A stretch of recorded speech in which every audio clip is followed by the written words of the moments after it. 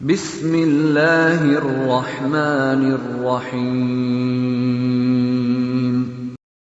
فقانیہ سال اول کے عزیز طلباء و طالبات، جیسا کہ آپ بخوبی واقف ہیں کہ آپ کا سبق فقہ میں کئی روز سے چل رہا ہے۔ ہم آج آپ باب بیع السلم جو ہے باب السلام اس کے آخری حصے میں پہنچے ہیں، اور آج صاحب کتاب اس پر کچھ بحث کریں گے کسی مسئلے پر۔ آج مسئلہ یہ ہے کہ کتا ہے، چیتا ہے یا پھاڑ کھانے والا کوئی جانور ہے، شیر ہے، اس طرح کا کوئی چیز ہے، تو کیا اس کی خرید و فروخت جائز ہے کہ نہیں اسلام میں؟ یعنی شریعت کی نگاہ میں اگر کوئی آدمی ان چیزوں کو فروخت کرتا ہے اور فروخت کرنے کے بعد اس کا جو ثمن وہ لے گا یعنی قیمت لے گا، کیا وہ قیمت لینا اس کے درست ہے؟ مثال کے طور پر میں کتا کو فروخت کروں یا میں کسی شیر کو یا کسی چیتا کو آپ کے ہاتھ فروخت کروں اور آپ سے میں 100-200 روپے لے لوں، تو کیا وہ 100-200 روپے لینا میرے لیے جائز ہے کہ نہیں؟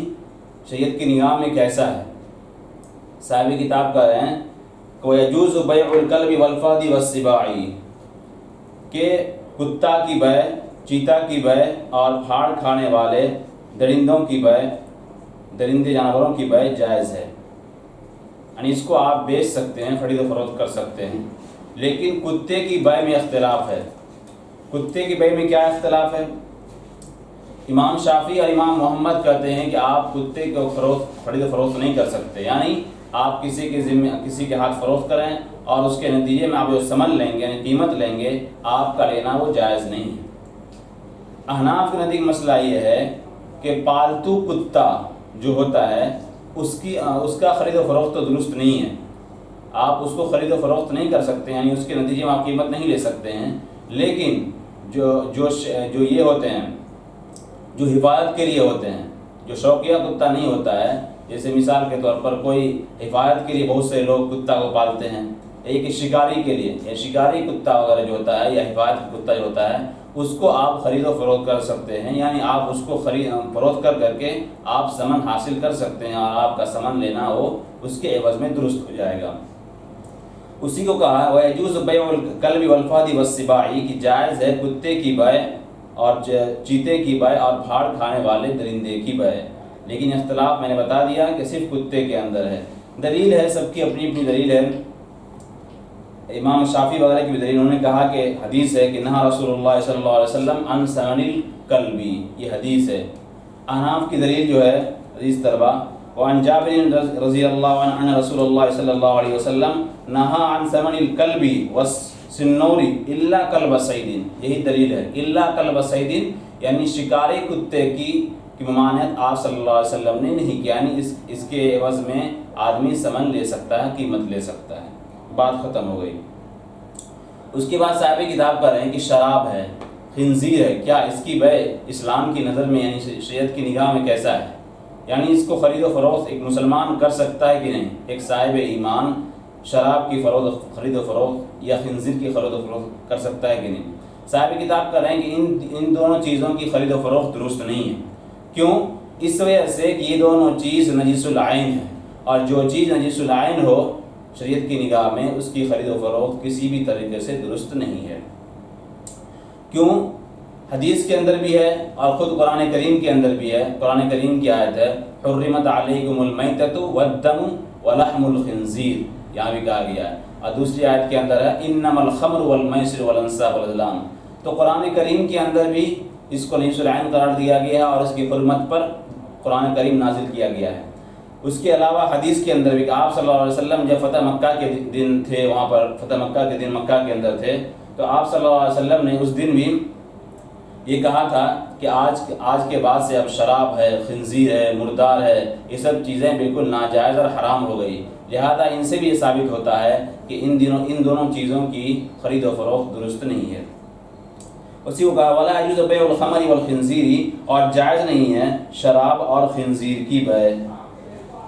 اس کے بعد صاحب کتاب آگے بات بڑھاتے ہوئے کہہ رہے ہیں کہ ریشم کا کیڑا جو ہوتا ہے، ریشم کے اندر ایک کیڑا ہوتا ہے، اس کی وجہ سے اس کی روئی وغیرہ آگے روئی اس کے اندر پیدا ہوتا ہے، اسی طرح شہد کی مکھی ہے، شہد اسی وقت پیدا ہوگا اس چھتا کے اندر جبکہ وہ مکھی ہو اس کے اندر. اگر خالی سی چھتا ہو کہیں پر لگا ہوا تو اس میں ایسا نہیں کہ خود بخود اس میں رس بچ جائے گا کہیں سے اور سے، جب تک کہ مکھی اس میں نہ جائے. تو کیا ریشم کے کیڑے کو تنہا ریشم کے کیڑے کو اور شہد کی مکھی کو تنہا فروخت کرنا جائز ہے؟ صاحب کتاب کہہ رہے ہیں کہ اس تنہا ان دونوں چیزوں کی فروخت درست نہیں ہے. کیوں؟ اس وجہ سے کہ یہ دونوں مال نہیں ہے. جب یہ دونوں مال نہیں ہے تو اس کی تنہا خرید و فروخت درست نہیں ہے. ہاں البتہ ریشم کے ساتھ یا اسی طرح چھتے کے ساتھ یعنی شہد کے چھتے کے ساتھ ان دونوں کیڑوں کی یا ان دونوں چیزوں کی بیع درست ہے. کیوں؟ اس کے تابع ہو کر اس کی بیع درست ہو جائے گی. اسی کو صاحب کتاب کہہ رہے ہیں کہ ولا يجوز بیع دود القز، اور جائز نہیں ہے ریشم کے کیڑے کی بیع الا ان یکون مع القز، مگر یہ کہ وہ ریشم کے ساتھ ہو، یعنی ریشم کے ساتھ تابع ہو کر ریشم کے کیڑے کی بیع درست ہے. ولا النحل الا مع القورات، اور نہ شہد کی بیع درست ہے، شہد کی مکھی کی بیع درست ہے مگر چھتے کے ساتھ، الا مع القورات، مگر چھتے کے ساتھ اس کی بیع درست ہے. لیکن امام شافعی امام محمد کہتے ہیں کہ ریشم کی کیڑوں کی بیع درست ہے، تنہا بھی جائز ہے. کیوں؟ کہتے ہیں وہ تو قابل انتفاع ہے، اس سے فائدہ اٹھایا جا سکتا ہے. جو چیز قابل انتفاع اس کو خرید و فروخت کر سکتے ہیں، اس میں کیا حرج ہے؟ یہ ان کی دلیل ہے. لیکن احناف کے نزدیک وہ مال نہیں ہے، جب وہ مال نہیں ہے تو اس کی خرید و فروخت درست نہیں ہے. صاحب کتاب ایک بہت ہی اہم مسئلہ بیان کر رہے ہیں آخر میں، سب سے آخر میں. کرے اہل ذمی کیسے کہتے ہیں؟ ذمی اس شخص کو کہتے ہیں جو دارالاسلام میں ٹیکس دے کر رہتا ہو اور اسے تمام مراعات حاصل ہو. یعنی جس طرح ایک عام مسلمان کو جو مراعات ہیں، جو سہولیات فراہم ہیں دارالاسلام کے اندر، وہ تمام کی تمام سہولیات اس ذمی کو بھی حاصل ہوتا ہے. لیکن وہ کافر ہوا کرتا ہے لیکن وہ ٹیکس دیتا ہے اسلامی ملک میں. تو کہہ رہے ہیں کہ معاملات کے اندر، یعنی جس طرح مسلمانوں کے لیے جو چیز اسلامی ملک کے اندر جو چیز ناجائز ہے وہ ذمی کے بھی ناجائز ہوگا، جو چیز حلال ہے مسلمانوں کے لیے وہ چیز ان کے لیے بھی حلال ہوگا. لیکن دو چیز کا استثناء کر رہے ہیں صاحب کتاب. کیا کر رہے ہیں؟ کر رہے ہیں کہ مثال کے طور پر شراب ہے، شراب کی خرید و فروخت آپس میں ذمی لوگ کر سکتے ہیں کیونکہ وہ کافر لوگ ہیں، ان کے ہاں وہ چیز مال ہے، ان کے اندر کوئی قباحت نہیں. اس طرح ہم اپنے یہاں سرکہ کی خرید و فروخت کرتے ہیں. یا شربت ہے، ایک عام مسلمان ایک صاحب ایمان شربت کی خرید و فروخت کر سکتا ہے، اس میں کوئی قباحت نہیں. جس طرح ہمارے نزدیک شربت ہے گویا ان کے نزدیک اسی طرح شراب ہے.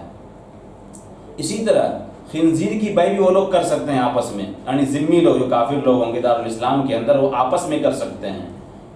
صاحب کتاب کریں جس طرح ان کے نزدیک خنزیر ہے گویا ہمارے نزدیک جس طرح بکری ہے، جس طرح بکری کے ہم آپس میں خرید و فروخت کر سکتے ہیں، مسلمان ایک مسلمان دوسرے مسلمان سے کر سکتا ہے، اسی طرح وہ خنزیر کی بھی خرید و فروخت کر سکتے ہیں.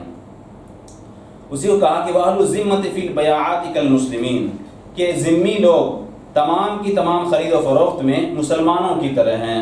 إِلَّا فِي الْخَمَرِ وَالْخِنْزِيرِ خَاصَّةً، صاحب کتاب کرے مگر خمر اور یعنی شراب اور خنزیر میں خاص طور پر. کیا مطلب ہے؟ مطلب یہ ہے کہ یہ دو چیز کے اندر خرید و فروخت مسلمان کے اندر جائز نہیں ہے، البتہ ذمی لوگ ان دونوں چیزوں کی خرید و فروخت کر سکتے ہیں.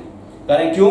آگے خود علت بیان کر رہے ہیں. فَإِنَّ عَقْدَهُمْ عَلَى الْخَمَرِ كَعَقْدِ الْمُسْلِمِ عَلَى الْعَصِيرِ، یہ جواب ہو گیا کہ ان کا عقد کرنا شراب پر جیسے کہ کسی مسلمان کا عقد کرنا ہے شربت پر. جس طرح ایک عام مسلمان سرکہ کو شربت کو خرید و فروخت کر سکتا ہے، اسی طرح ذمی لوگ بھی شراب کی خرید و فروخت کر سکتے ہیں، کوئی قباحت نہیں ہے، یعنی دارالاسلام کے اندر بھی کر سکتے ہیں. وَعَقْدَهُمْ عَلَى الْخِنْزِيرِ كَعَقْدِ الْمُسْلِمِ عَلَى الشَّاةِ، دوسرا اس کا جواب کہ خنزیر کیوں وہ لوگ خرید و فروخت کر سکتے ہیں دارالاسلام کے اندر؟ تو کہہ رہے ہیں کہ ان کا عقد کرنا خنزیر پر جیسے کہ کسی مسلمان کا عقد کرنا ہے بکری پر، یعنی جس طرح بکری کی ہم خرید و فروخت کر سکتے ہیں اسی طرح وہ خنزیر کی بھی خرید و فروخت کر سکتے ہیں. اور یہ معاملہ ان سے کیوں معاملات درست ہے؟ اس وجہ سے کہ آپ صلی اللہ علیہ وسلم نے بھی ایک مشرک سے ایک بکری خریدی تھی. اس سے بھی ثابت ہوتا ہے کہ آپ کافر سے معاملات کر سکتے ہیں. عزیز طلبہ، آج کے اس سبق کو یہیں پر ہم ختم کرتے ہیں کیونکہ آپ کا یہ باب مکمل ہو چکا ہے. انشاءاللہ آئندہ کل پھر آپ کے سامنے اس کو لے کر حاضر ہوں گے. آگے